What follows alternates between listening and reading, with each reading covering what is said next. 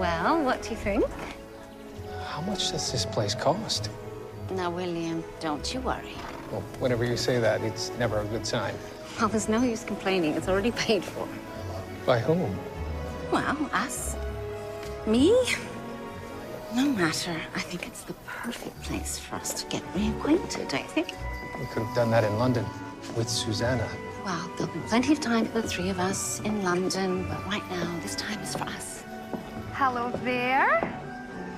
Welcome. Welcome. As per your request, Dr. Ogden, apple cider, finest in the Cotswolds. Just his. Oh, yes, indeed. Good.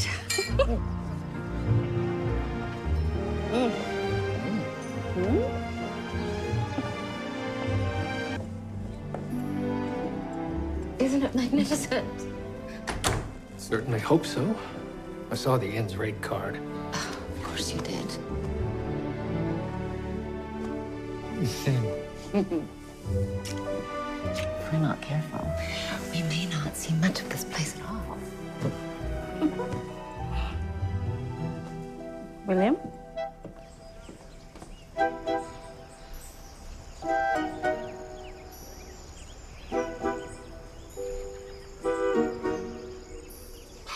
I knew it. Knew what? The man who claims not to be Ronald Pearl. He's examining this place top to bottom. I know he's up to something. What? Well, I will leave you to your musings.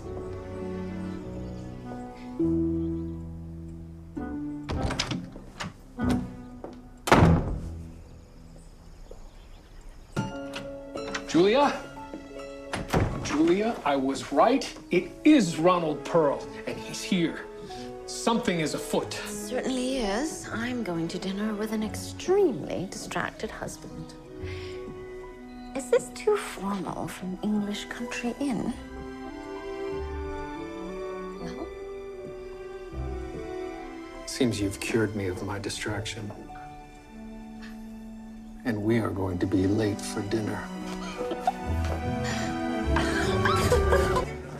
Didn't you hear the dinner bell? Oh, I apologize. I had a terrible time getting into my dress. Likely story.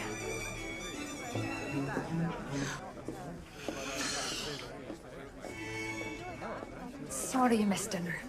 It's our fault. We lost track of time. Shall I make you up some plates? Yes, please. The country air has made me ravenous.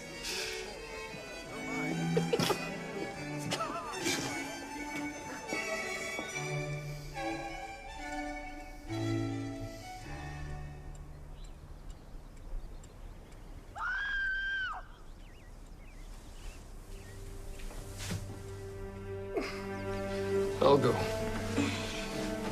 Any conclusions? Something doesn't add up. I found hardly any water in her lungs. She didn't drown. No. But I found this. A small puncture wound on her neck. A syringe mark. It would appear so. But I found no other signs of trauma. So she didn't simply stumble down to the water in a state of inebriation? I would say not. So what exactly would you say? Mr. Pearl, I thought you didn't care to get involved in this. Let me just say the contemplation of the creation of my new garden lacks a certain stimulation.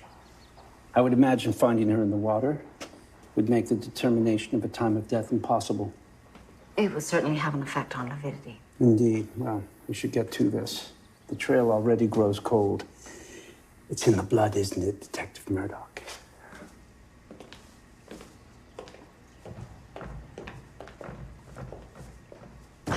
Do you think you'd be able to tell us what this is? I can try. We believe it to be a sedative of some sort. Perhaps you could find traces of it in the young woman's remains? Or in the champagne bottle.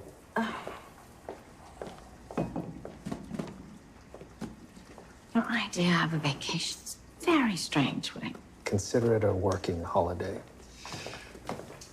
I believe a conversation with Mr. Stewart is in order. Shall we?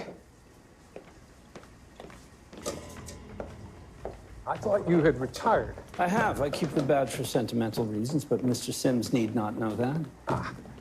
What have you, Julia? I believe the substance to be chloral hydrate. A little bit would knock you out, but too much could kill you. I see. So, you two believe that Wendell Stewart incapacitated Mr. Bowles and then murdered this poor young woman? Seems like that's what happened. Well, Mr. Pearl, you and I both know that appearances can be deceiving. And I find it hard to believe that the young man that I knew would be capable of either of those things. You knew him as a small child. Now he is a rich, entitled young man who was rejected by a woman. Well, I'm sure he could have his choice of many. But apparently not the one he wanted. Could I speak to him, please? Not a good idea. Mr. Pearl, if I may, Julia has assisted me on a number of cases. Perhaps the young man will be willing to tell her something that he wouldn't otherwise tell us. A husband and wife detective team. What a novel idea. Someone should write a serial about you. Well, it certainly is a handsome neighborhood. Now, William, before you say anything, the hospital board pays for the lodging.